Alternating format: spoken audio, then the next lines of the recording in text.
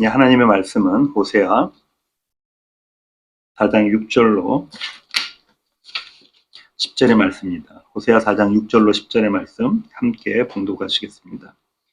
내 백성이 지식이 없으므로 망하는도다. 내가 지식을 버렸으니 나도 너를 버려 내 제사장이 되지 못하게 할 것이요. 내가 내 하나님의 율법을 잊었으니 나도 내 자녀들을 잊어버리리라. 그들은 번성할수록 내게 범죄하니 내가 그들의 영화를 변하여 욕이 되게 하리라. 그들이 내 백성의 속죄 제물을 먹고 그 마음을 그들의 죄악에 두는도다. 장차는 백성이나 제사장이나 동일함이라. 내가 그들의 행실대로 벌하며 그들의 행위대로 갚으리라. 그들이 먹어도 배부르지 아니하며 음행하여도 수요가 늘지 못하니 이는 여호와를 버리고 따르지 아니하였음이니라. 아멘. 호세아 강의 7번째 시간입니다. 호세아 4장 6절부터 10절의 말씀을 가지고 내 백성이 지식이 없으므로 망하는도다 라는 제목으로 함께 나누기를 원합니다.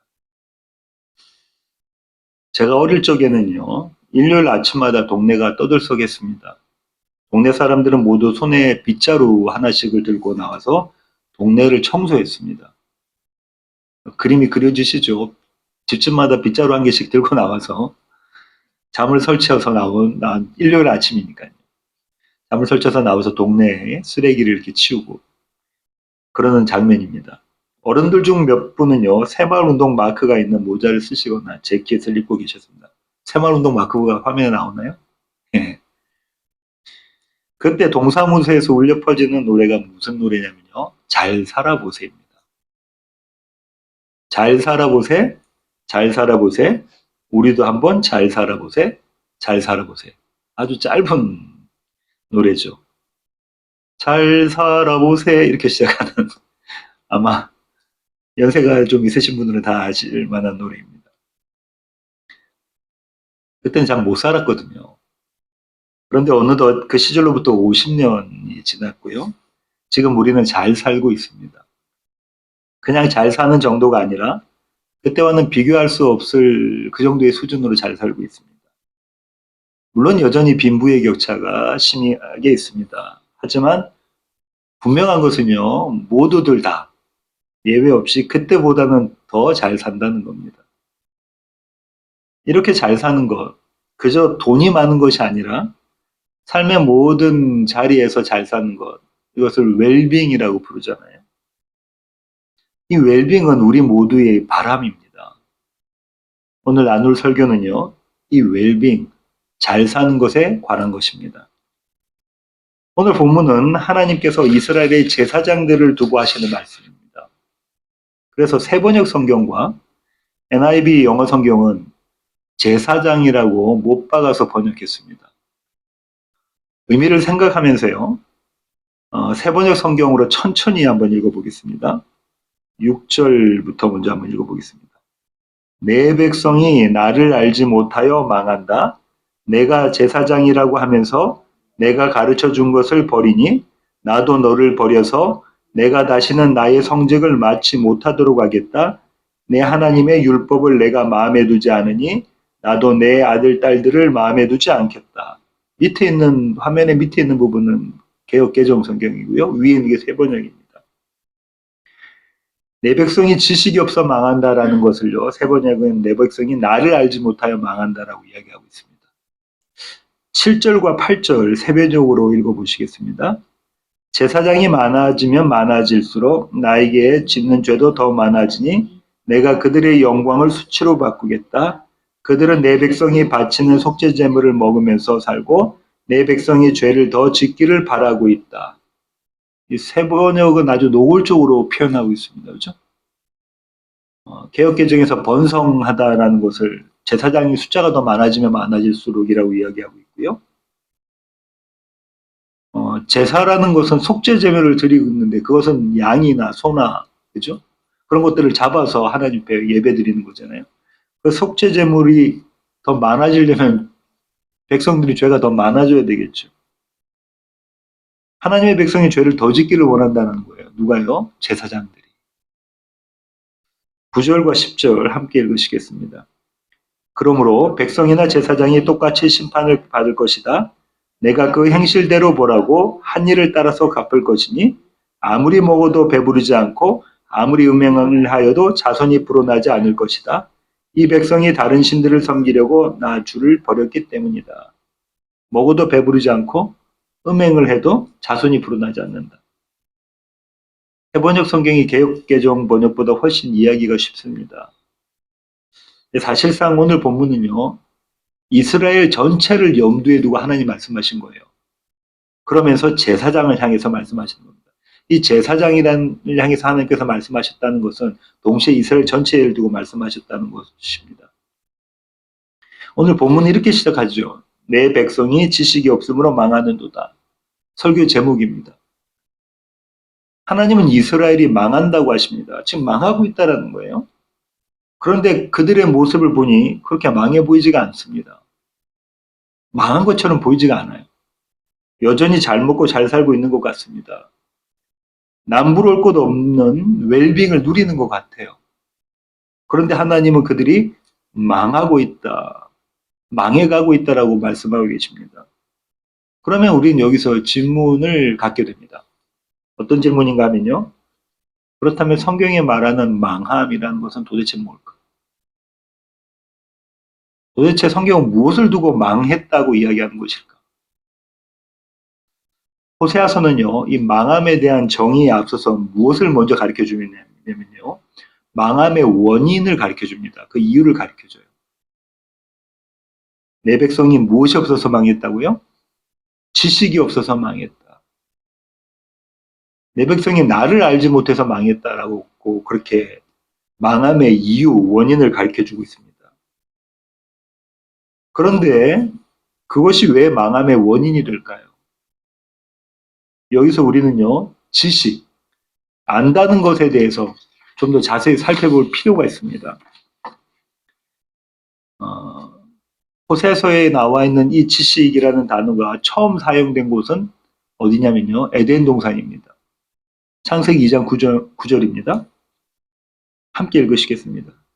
여호와 하나님이 그 땅에서 보기에 아름답고 먹기에 좋은 나무가 나게 하시니 동산 가운데에는 생명나무와 선악을 알게 하는 나무도 있더라.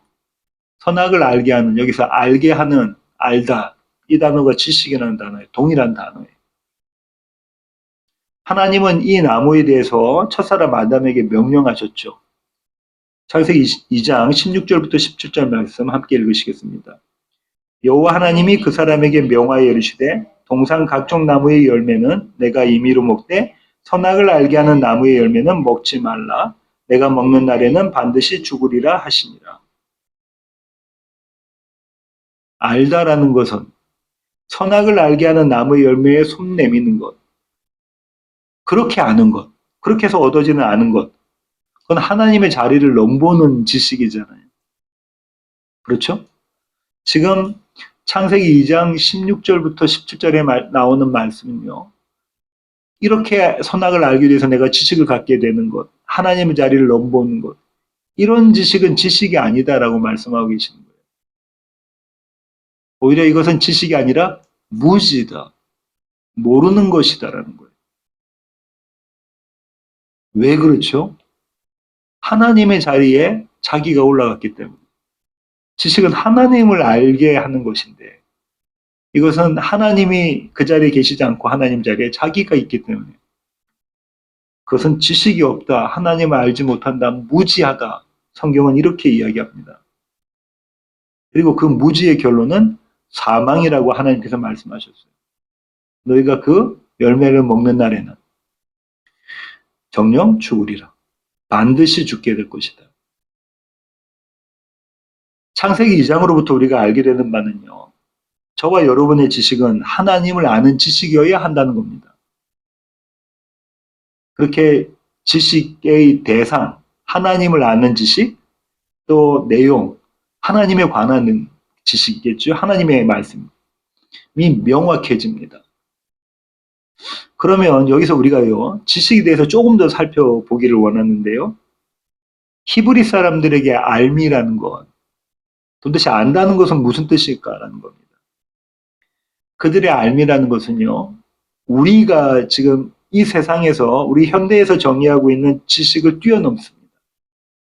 우리는 지식, 안다 할 때는 우리가 머리로 알고 있는 걸 말하고 있잖아요.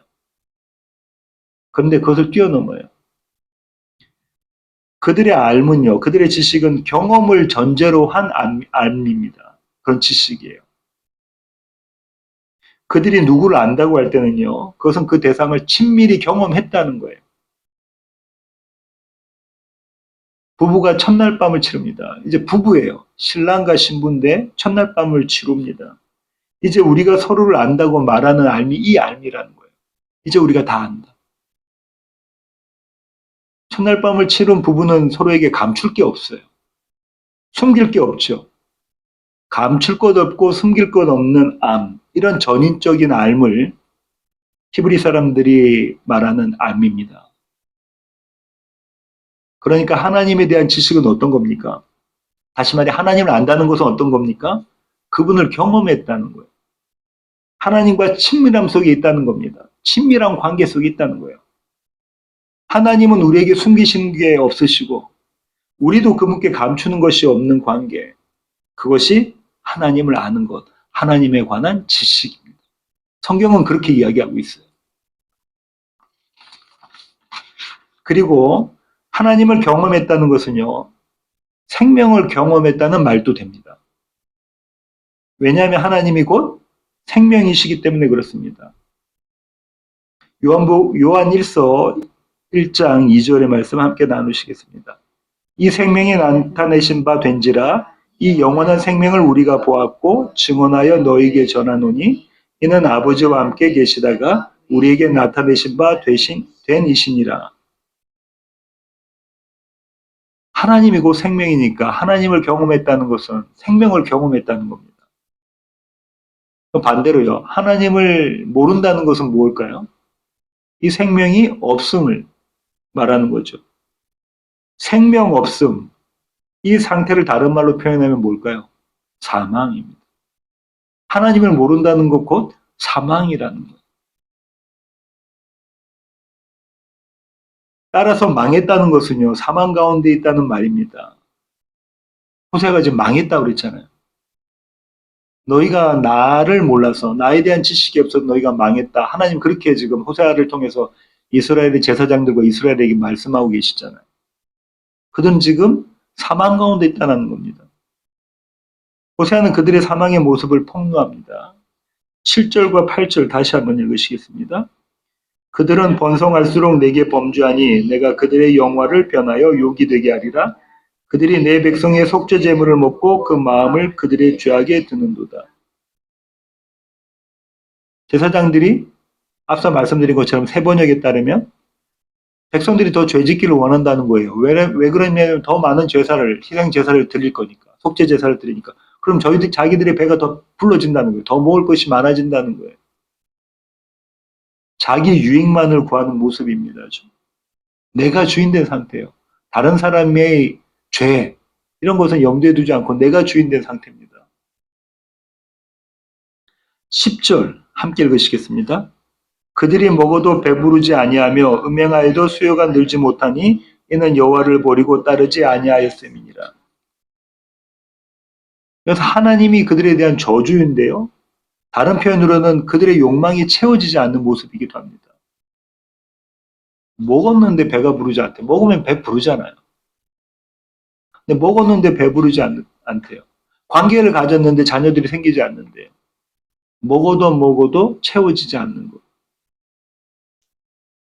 만족함이 없는 상태입니다. 만족함이 없는 상태. 선악을 알게 하는 나무의 열매를 먹은 결과가 이 사망의 상태라는 거예요. 내가 주인 되어졌, 내가 원하는 대로 하지만 그 가운데 만족이 없는 상태. 이것이 사망의 상태. 하나님을 모르는 상태, 하나님에 대한 지식이 없는 상태라는 거예요. 다시 오늘 설교 제목으로 돌아가도록 하죠. 설교 제목이요. 내 백성이 지식이 없으므로 망하는 도다였잖아요. 이스라엘은 하나님을 알지 못해서 망했습니다. 근데 그 책임이 누구에게 있을까요?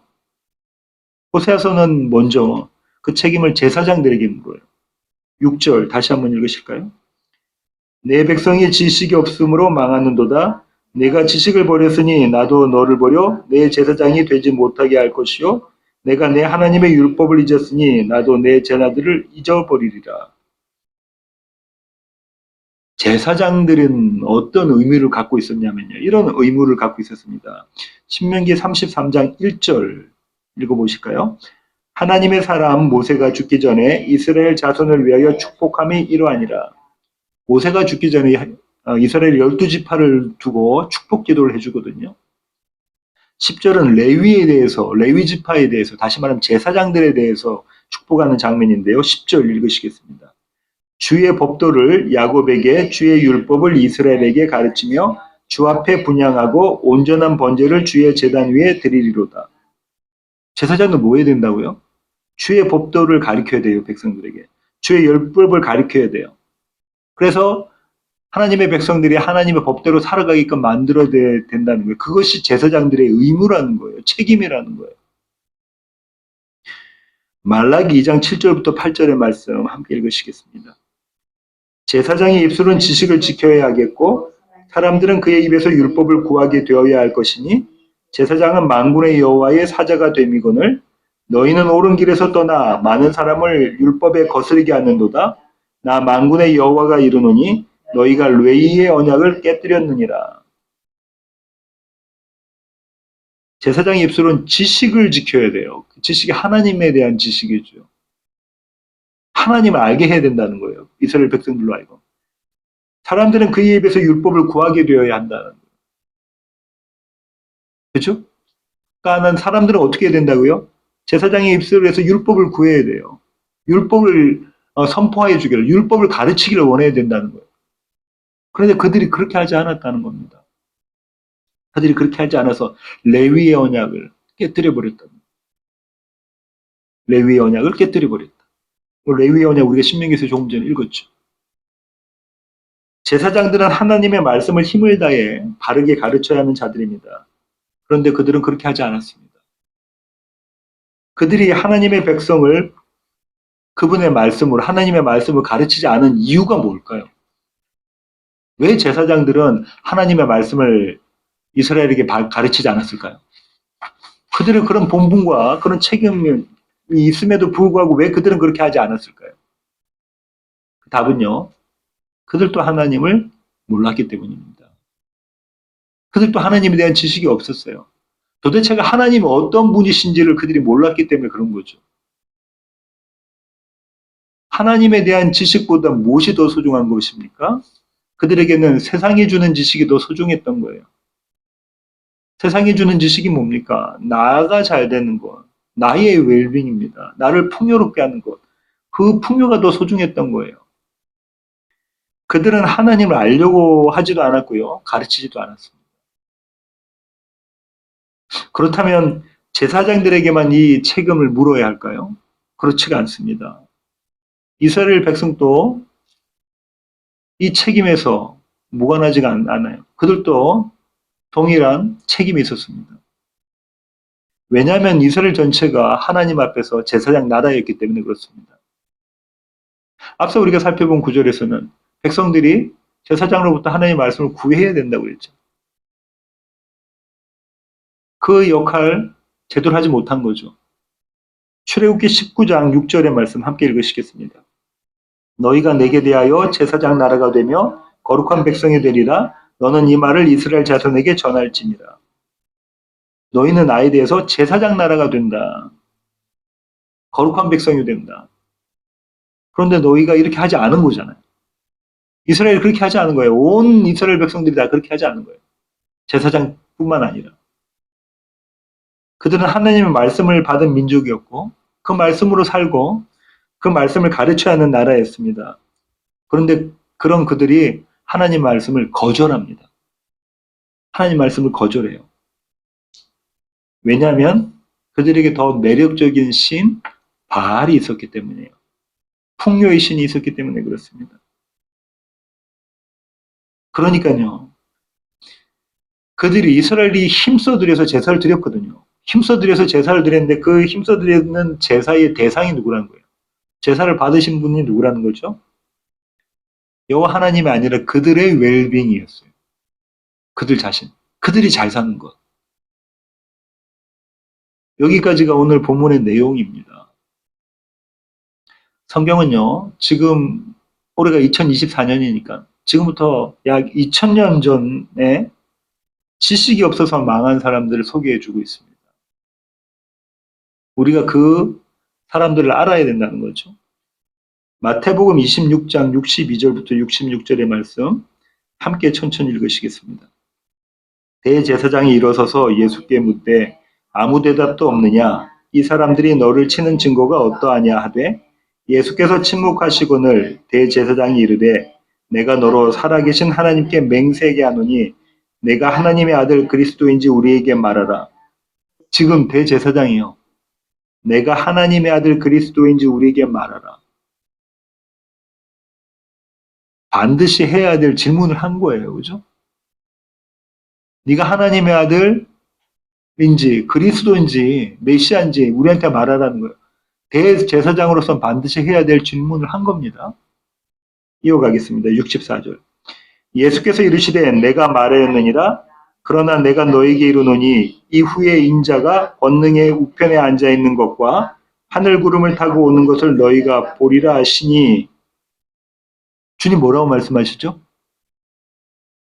네가 말하였다. 네가 하나님의 아들 그리스도인지 우리에게 말하라고 대제사장이 물어보니까 나사렛 예수님이 뭐라고 말씀하십니까? 네가 말했어. 내가 맞아. 내가 하나님의 우편에 앉아있는 그걸 네가 볼 거야. 마침내 내가 구름 타고 내려올 것을 재림할 건 너희가 볼 거야. 그럼 이렇게 생각해야 되잖아요. 대제사장이 하나님의 율법을 갖고 율법을 가리키는 자들이에요. 말씀을 가리키는 자들이 지금 나사렛 예수, 자칭 하나님의 아들이라고 선언하고 있는 나사렛 예수에게 물어본 거예요. 네가 하나님의 아들이 맞니? 네가 메시아가 맞아? 오실 그이가 너 맞아? 그래서 예수님이 내가 그이다 라고 말씀하셨어요. 그러면 그들에게 하나님의 말씀이 있었다면 그들은 하나님 앞에 그 하나님 앞에 무릎을 꿇었어야 되죠. 그 하나님 앞에 예배 드렸어야 되죠. 그런데 그들은 그렇게 하지 않았습니다. 대제사장이 어떤 반응을 보였는지 한번 보시겠습니다. 65절부터입니다.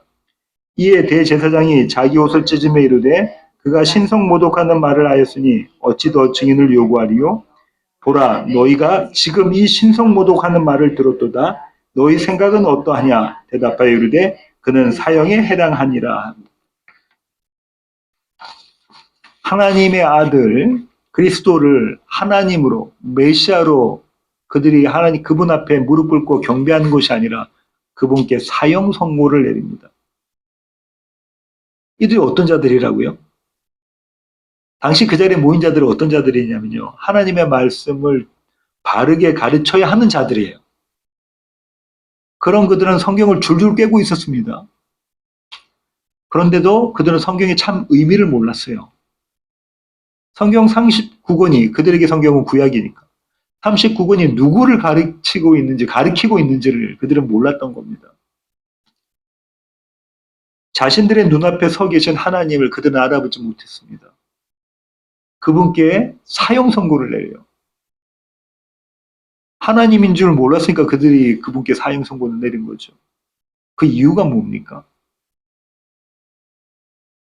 나사렛 예수님은요, 그들이 원하는 메시아가 아니었기 때문에 그래요. 나사렛 예수는 그들이 바라는 그런 그리스도가 아니었기 때문에 그들이 그런 결론을 내린 거예요. 그들을 부욕해 해줄 인물이 아니었기에 그들은 하나님을 못 박습니다. 수많은 유대인들도 이들과 다르지 않았어요.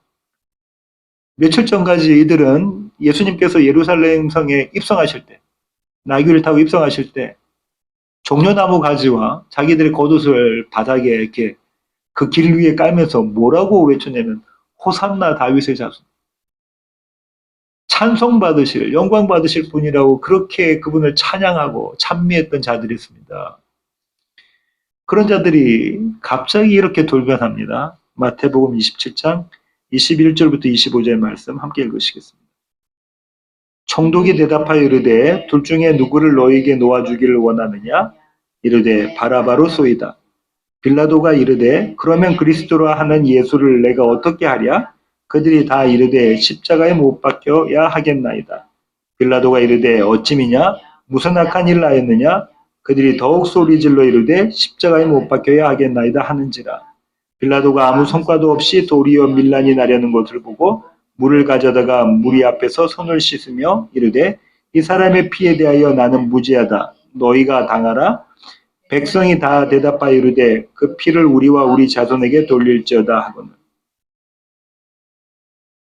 이제 명절을 맞아서 누군가 한 명은 죄를 풀어줄 수 있는 특권이 있었는데요. 그런 관례가 있었는데 누구를 풀어주길 원하니? 바라바니 아니면 예수니? 바라바라 하는 예수입니다. 둘 다 예수예요. 바라바라 하는 예수니 아니면 나사렛 예수. 그들이 원했던 예수는 누구죠? 그들이 원했던 메시아는 누굽니까? 바라바예요. 그럼 이 나사렛 예수, 목수의 아들 예수는 어떻게 할까?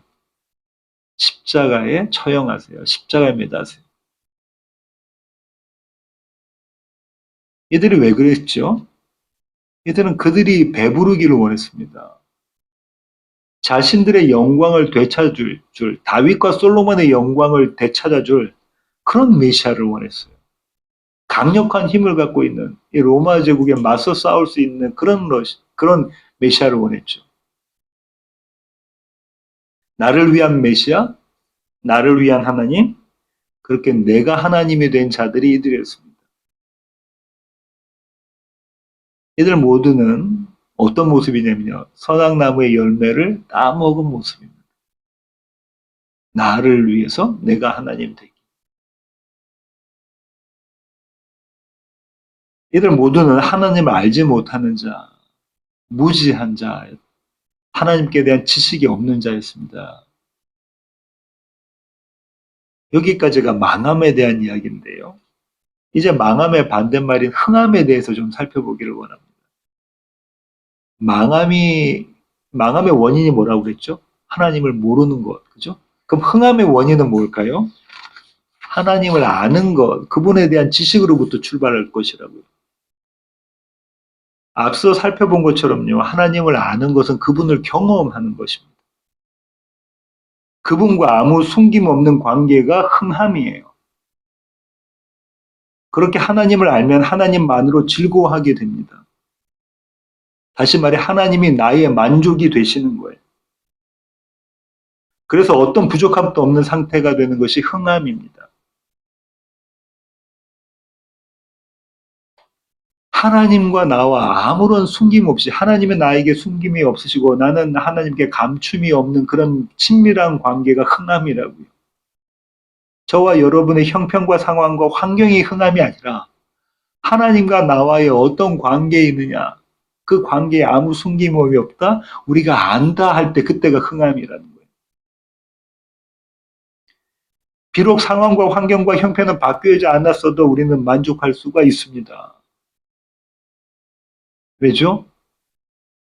우리의 흥함은 다른 곳에 있거든요. 우리의 만족은 다른 곳에 있거든요. 그러니까 망함의 자리에서 흥함을 경험하는 거예요. 그것이 무엇이라고 하냐면 성경은 생명이라고 합니다. 망함의 자리에서도 흥함을 경험하는 것. 내 아이의 삶의 자리가 지금 어떤 자리일지라도 하나님과의 친밀한 관계 속에서 그분과 내가 서로 안다 할 때, 그분이 나를 아시고 내가 그분을 안다 할 때 그때 그것이 흥함이라는 거예요. 그것이 생명이라는 겁니다. 그 흥함의 자리는요, 말씀에서부터 시작됩니다. 말씀에서 비롯돼요.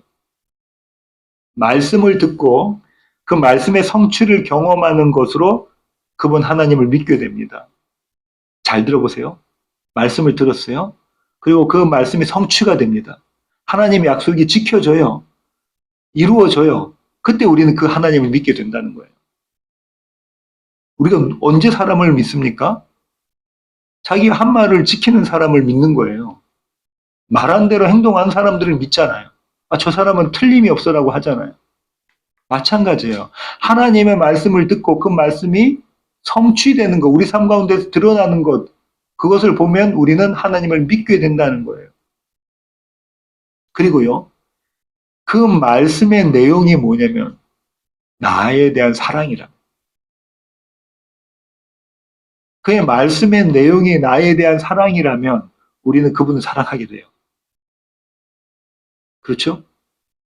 하나님의 말씀이 내가 너를 사랑하는 것이야 라고 그렇게 선포되어진다면 그 사랑을 우리가 믿게 된다는 거예요. 그리고 우리는 그분을 사랑하게 된다는 겁니다. 그렇게 자라난 믿음과 사랑은요, 무엇으로 이어지냐면 하나님께 대한 찬양과 예배로 표현됩니다. 우리가 경험한 그 하나님, 그 하나님의 사랑을 알기에 우리는 그분을 사랑하고 그분의 약속이 성취되는 것을 우리 삶 가운데서 경험했기에 우리는 그분을 믿습니다. 이 믿음과 사랑의 표현이 찬양과 예배입니다. 오늘 저와 여러분이 드리는 이 예배라고요. 성경은요, 역시 2000년 전에 이 흥함을 소유한 사람들을 몇 명 소개하고 있습니다. 누가복음 2장 8절부터 20절의 말씀입니다. 함께 읽으시겠습니다. 그 지역의 목자들이 밤에 밖에서 자기 양떼를 지키더니 주의 사자가 곁에 서고 주의 영광이 그들을 두루 비침에 크게 무서워하는지라. 천사가 이르되 무서워하지 말라. 보라, 내가 온 백성에게 미칠 큰 기쁨의 좋은 소식을 너희에게 전하노라. 오늘 다윗의 동네에 너희를 위하여 구주가 나셨으니 곧 그리스도 주시니라. 잠깐만요. 오늘 다윗의 동네에 너희를 위하여 구주가 나셨으니 곧 그리스도 주시니라. 이게 뭐죠? 하나님의 사랑이에요. 지금 하나님의 말씀이 하나님의 메시지가 전해지는데 그 내용이 뭐라고요? 사랑입니다. 너희를 구원해내실 그 구주가 탄생하셨다는 거예요. 계속 읽으시겠습니다. 너희가 가서 강고에 쌓여 구위에 누워있는 아기를 보리니 이것이 너희에게 표적이니라 하더니 호련히 수많은 천군이 그 천사들과 함께 하나님을 찬송하여 이르되 지극히 높은 곳에서는 하나님께 영광이요 땅에서는 하나님이 기뻐하시는 사람들 중에 평화로도 아니라. 천사들이 떠나 하늘로 올라가니 목자가 서로 말하되 이제 베들레헴으로 가서 주께서 우리에게 알리신 바 이 이루어진 일을 보자 하고. 잠깐만요. 목자들이 지금 서로 뭐라고 말하죠? 이제 우리가 베들레헴으로 가자라고 합니다. 근데 하나님 말씀을 받았어요. 자기들을 위한 복음을 받았습니다. 하나님이 자기들을 얼마나 사랑하신다는 걸 알게 됐어요. 이제 이 일이 이루어지는지를 우리가 보러 가잖아. 정말로 그 말씀대로, 그 약속대로, 그 메시지대로 하나님 말씀이 성취되는 걸 우리가 보자. 계속 읽으시겠습니다. 16절. 빨리 가서 마리아와 요셉과 구위에 누인 아기를 찾아서 보고 천사가 자기들에게 이 아기에 대하여 말한 것을 전하니 듣는 자가 다 목자들이 그들에게 말한 것들을 놀랍게 여기되 마리아는 이 모든 말을 마음에 새기어 생각하니라. 목자들은 자기들에게 이르던 바와 같이 듣고 본 그 모든 것을 인하여. 목자들이 어떻게 했다고요? 자기에게 이르던 바와 같이 하나님이 자기들에게 주셨던 그 말씀이 어떻게 됐다는 거예요? 이루어졌다는 걸 봤다는 거예요. 이제 이루어졌다, 성취됐다는 걸 봤다는 겁니다. 계속 읽겠습니다. 하나님께 영광을 돌리고 찬송하며 돌아가네요. 앞서 말씀드린 것처럼 하나님의 메시지가 나를 사랑하는 그 내용을 담은 메시지이고 그 하나님의 말씀이 성취되는 것을 경험하게 되면 하나님을 사랑하게 되고 그분을 믿게 된다는 거예요. 그 사랑과 믿음의 표현이 뭡니까? 목자들의 표현이 뭐예요? 하나님께 모든 영광을 돌리며 찬송하는 겁니다. 그것이 예배예요. 그러니까 예배드리러 모인 저와 여러분은 이 하나님에 대한 사랑과 하나님에 대한 믿음 없이는 예배드릴 수 없는 겁니다. 그냥 와서 앉아 있을 수는 있지만 예배는 드릴 수 없는 거예요. 찬송은 할 수는 없는 거예요. 누구만 할 수 있다고요? 하나님의 말씀의 메시지가 나를 향한 사랑이라고 알고 있는 자들, 그래서 그분을 사랑하는 자들, 하나님의 메시지가 하나님의 말씀이 성취되는 것을 경험한 자들, 그래서 그분을 믿을 수 있는 자들이 이 예배 드릴 수 있는 겁니다.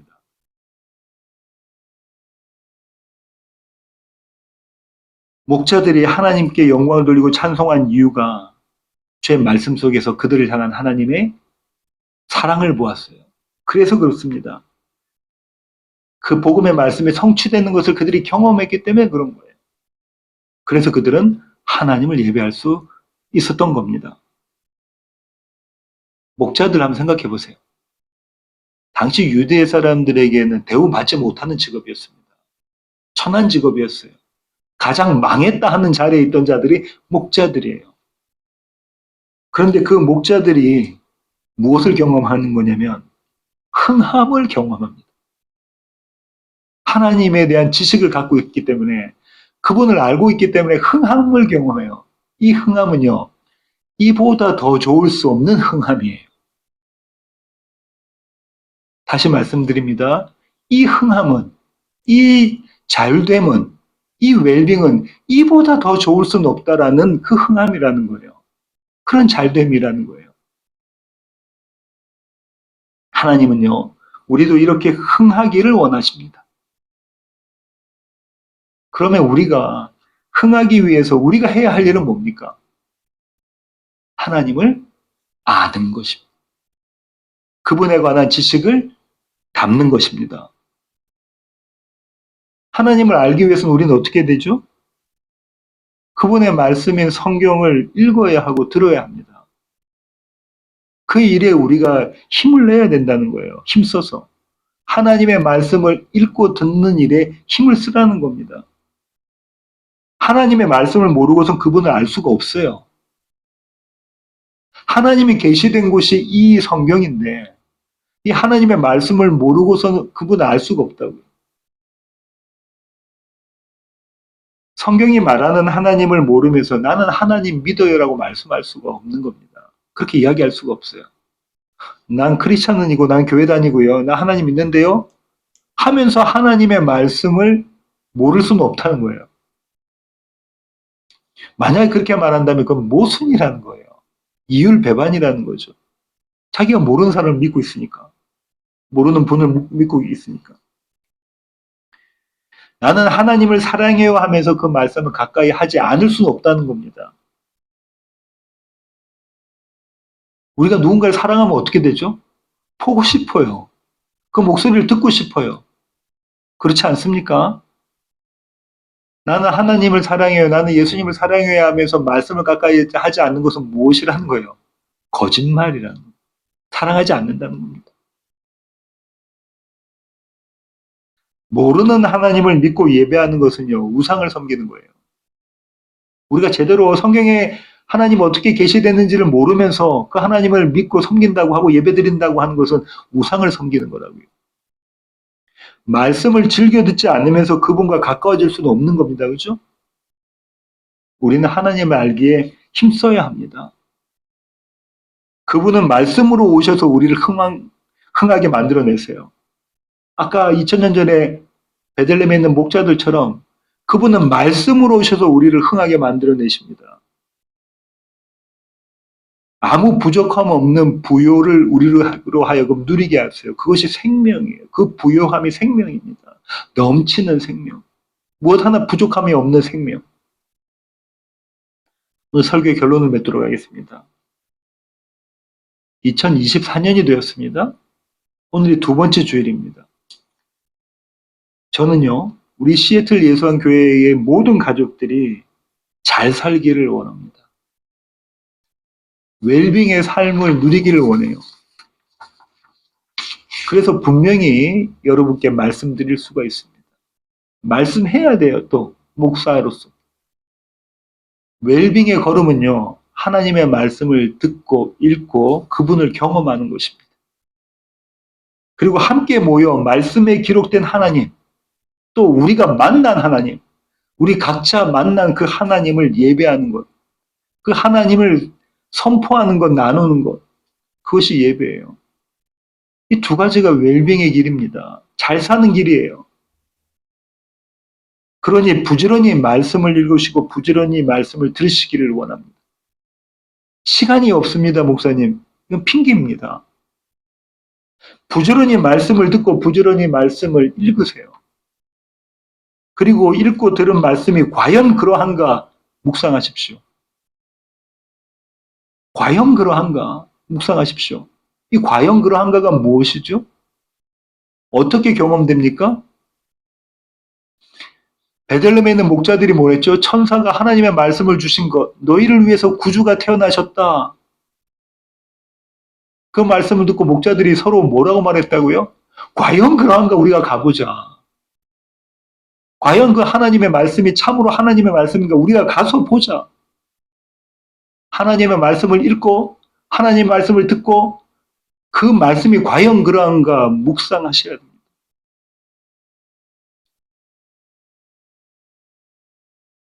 그러면 그 말씀이 저와 여러분을 잘 사는 삶, 웰빙의 삶으로 이끌어 가실 겁니다. 설교 처음에 제가 아주 어렸을 적에 경험한 새마을 운동에 대해서 말씀드렸잖아요. 우리도 한번 잘 살아보세요. 일요일 아침마다 빗자루를 들고 동네를 청소하면서 우리도 한번 잘 살아보자고 다짐했었습니다. 당시의 모든 사람들이.